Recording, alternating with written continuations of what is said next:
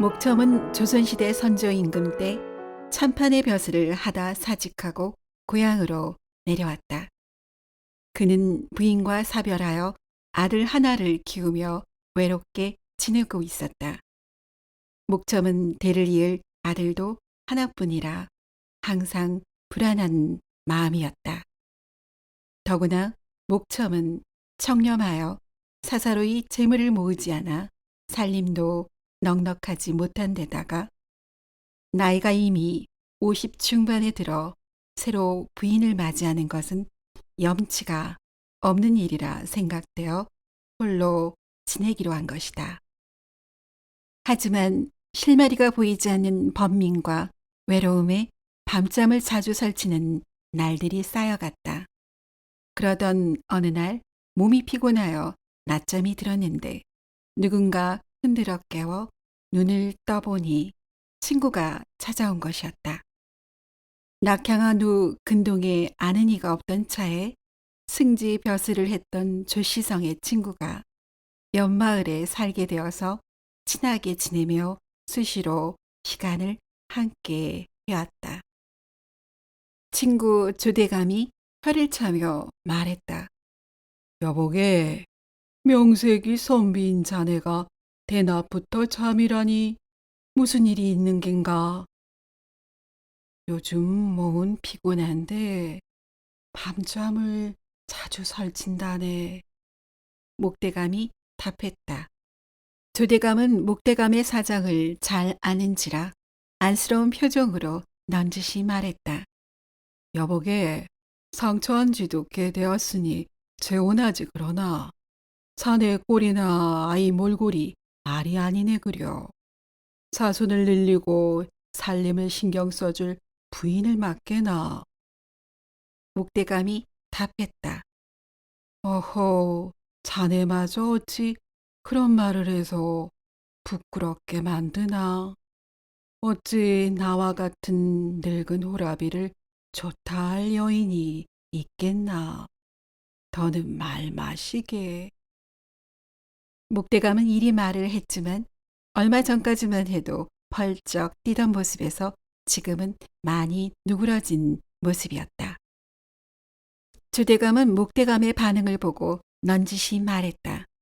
여보게, 내 동무로서 자네가 곤란한 처지인데 어찌 보고만 있을 수 있겠나. 내 받은 처자가 있으니 자네는 잠자코 내 말만 따라하시게나. 어허, 여보게, 나를 더는 부끄럽게 만들지 마시게나. 목대감이 기어들어가는 목소리로 가만히 말했다. 조대감은 목대감에게 호언장담은 하였으나 기실 생각해둔 처자란 옆마을 정생원의 여식이었다. 근동에는 홀로 지내는 처자를 둔 양반은 이 집이 유일했다. 대대로 과거에 급제하지 못해 벼슬을 한 사람이 없어 문벌은 약했으나 매해 수천석을 거둬들이는 부자인데다가 딸 역시 예쁘고 행실 바르기로 소문이 났다. 더구나 신부의 나이가 홍기에 이르렀다고 하나 20세도 안 된 터라 목대감에게는 언감생심, 도저히 쳐다보지도 못할 신부감이었다. 정생원에게 목대감과 딸의 혼담을 꺼낸다면 지나가는 소가 웃을 일이어서 이런 지하에 거절당할 것이 뻔했다. 하지만 친구의 어려움을 위해 조대감은 가만히 앉아있을 수만은 없었다. 며칠 뒤 조대감은 근처의 선비들을 초대하여 잔치를 벌였다. 가을을 맞아 시도 지으며 친목을 도모하는 것이 명분이었다. 물론 목대감과 정생원도 초대되었다. 날이 저물어 대부분의 손님들이 돌아가고 정생원과 목대감을 비롯해 몇 사람만 남게 되었다. 조대감은 근동에 있는 집안들의 문벌에 대해 화제를 돌리면서 정생원의 집안에 변변한 진사 한 명, 벼슬아치 한 명 나오지 못한 것을 은근히 놀렸다. 정생원은 말을 못하고 술만 연이어 들이켰다. 치기가 깊어지자 주대감이 정생원에게 말했다. 여보시오, 정생원. 참판 벼슬한 사이를 얻어 집안의 문벌을 높여볼 생각이 없으시오? 네, 좋은 제안이 있소이다. 정생원이 기가 솔깃해서 말했다. 그리할 수 있다면야 얼마나 좋겠소만. 나와 같은 백면소생에게 그런 제의가 올리 있겠소? 정생원이 어느 정도 틈을 보이자 말했다. 무에 어려울 것이 있겠소. 멀리서 찾지 말고 지금 이 방 안에서 찾을 수 있지 않겠소? 하고 목대감을 보며 말했다. 뒤에 앉은 몇몇 사람은 술렁이며 조대감이 미치지는 않았나 하고 쳐다보았다.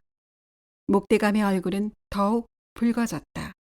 그런데 정작 정세원의 표정은 사뭇 심각해졌으나 거절의 표시는 아니었다. 한참의 시간이 흐른 후에 부인과 상의한 후에 답을 하겠노라고 정세원이 진지한 어투로 말했다. 일찍이 목대감의 인품이나 문벌이 널리 알려졌으나 많은 나이와 넉넉지 못한 살림이 정생원의 마음에는 차지 않았다. 한편 자신의 집안이 근동에는 부자로 알려졌지만 양반가로서 과거에 급제한 사람이 누대에 걸쳐 단 한 사람도 없어 깊은 자괴감에 빠져 있던 차였다.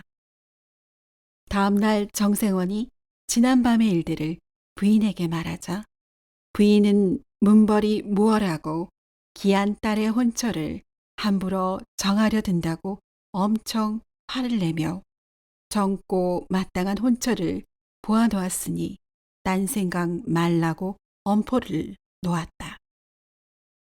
정생원은 부인의 서술에 눌려 거절 의사를 조대감에게 전달했고 수십 리 떨어진 먼 고을의 젊은 신랑을 혼처로 정하였다.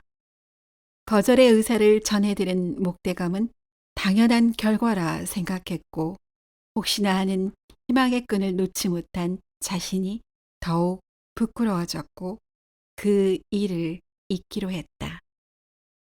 한 달이 지난 어느 날 정생원의 집에서는 초래청을 성대하게 준비하고 신랑이 오기만을 기다리고 있었다. 정생원 내에는 수십 리 떨어진 집안이었으나 흡족한 혼처에 연신 기쁨을 감추지 못하였다.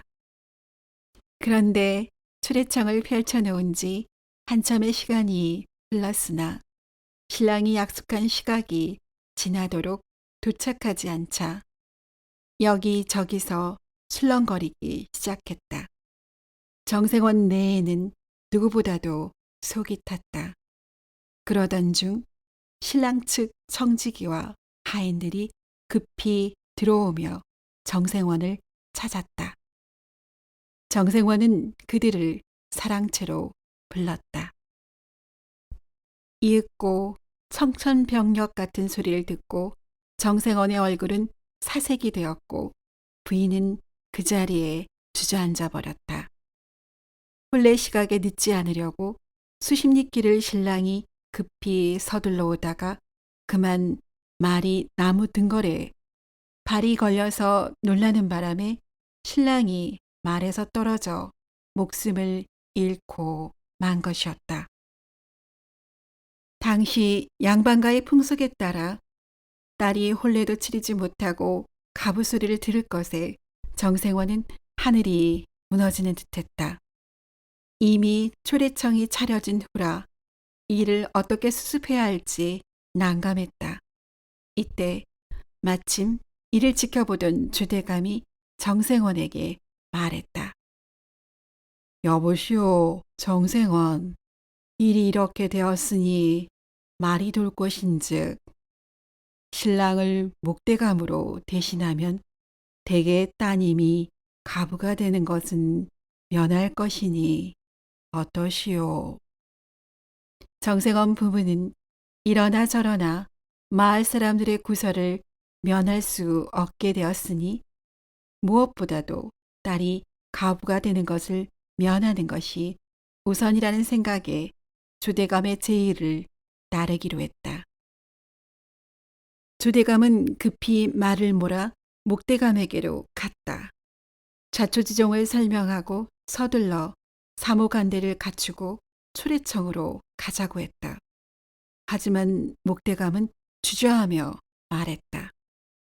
여보게, 내 자네의 정성은 고맙게 생각하네만 선비된 자가 어찌 남의 불행을 기회로 삼아 나의 이로움을 챙기겠는가.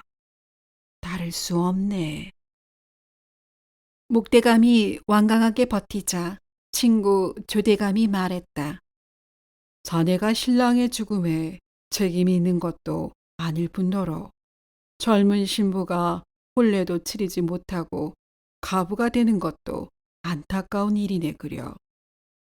어지러운 집안 살림을 챙길 부인 없이 계속 지내는 것도 문제이지만 젊은 여인이 얼굴도 모르는 신랑의 죽음으로 평생 가부의 멍에를 지게 되는 것이 합당한 일인가? 불행한 어린 신부를 자네가 감싸 안아주게나. 친구의 마지막 말에 목대감은 어쩔 수 없이 설득이 되었고 관복을 차려입은 후 친구와 함께 신부의 집으로 갔다. 나이든 신랑의 등장에 혼례에 참여한 하객들과 구경꾼들은 술렁이기 시작했다. 정생원의 아내는 딸의 혼례날 대성통곡을 했고 하인들은 영문을 모르고 늙은 신랑이 들어오는 것을 막아섰다. 이때 정생원은 마음을 굳히고 하인들을 물렸으며 일가 친족에게도 다짐을 놓았다. 자중의 분위기는 순식간에 조용해지고 혼례가 그럭저럭 마무리되었다. 혼례가 끝나고 신혼부부가 신방에 들었지만 정생원의 부인과 일가 친족들은 혼인을 억지로 인정하는 분위기를 떨칠 수 없었다. 정생원 역시 안도의 한숨인지 회한의 한숨인지 모르게 깊은 숨을 연거푸 대내었다. 한편 신방에서는 침묵이 흘렀다. 여느 신혼방이라면 떠들썩하니 구경꾼도 몰려들고 할 터인데 개미 한 마리 얼씬하지 않았다. 늙은 신랑이 한마디 했다. 여보시오 부인. 이리도 황망히 부인을 맞게 되니 면목이 없소이다. 더구나 내 첫 혼인도 아니요 재혼인데 부인과 같은 요조숙녀를 아내로 맞이하다니 내 복이 가분한 듯하오. 미안하고도 고맙소이다. 어린 신부가 살짝 고개를 들며 홍조 띤 얼굴로 말했다. 아니옵니다. 황망한 상황에서 대감을 난군으로 맞이하였사오나 한편으로는 저의 곤란한 처지를 감싸준 대감께 고마운 마음입니다. 비록 시간의 간극은 있사오나 이러한 인연 역시 하늘이 맺어준 것이라 생각됩니다. 남들이 뭐라 하든 우리 부부가 행복하게 잘 살면 그뿐입니다. 불편한 마음은 접으셔요. 이렇듯 신혼밤은 부부의 주고받는 말 속에서 날이 밝았고 어린 신부의 청으로 혼인한 지 사흘도 안 되어서 부부는 서둘러 남편의 집으로 갔다. 어린 부인은 하루도 안 되어서 집안 살림을 꿰찼고 전처 소생의 아들을 살뜰히 챙겼다. 목대감은 한편으론 쑥스러우면서도 또 한편으로는 얼굴에서 웃음이 떠나질 않았고 마음으로는 친구 조대감이 너무 고마웠다. 어린 부인은 이듬해 아들을 낳고 몇 년 터울로 아들 둘과 딸 다섯을 낳았다. 후에 이 세 아들들은 모두 과거에 급제해서 높은 벼슬에 올랐고 그 후손들도 번창하였다. 특히 목대감에 이어 아들 서운과 손자 내선 3대가 기로서에 들어가는 명예를 얻었다.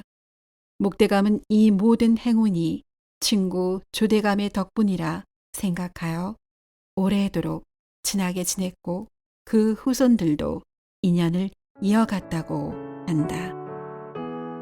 이렇듯 목첨은 친한벗의 도움으로 늦은 나이에 젊은 부인을 만나 집안을 번창시킬 수 있었고 오래도록 행복하게 잘 살았다.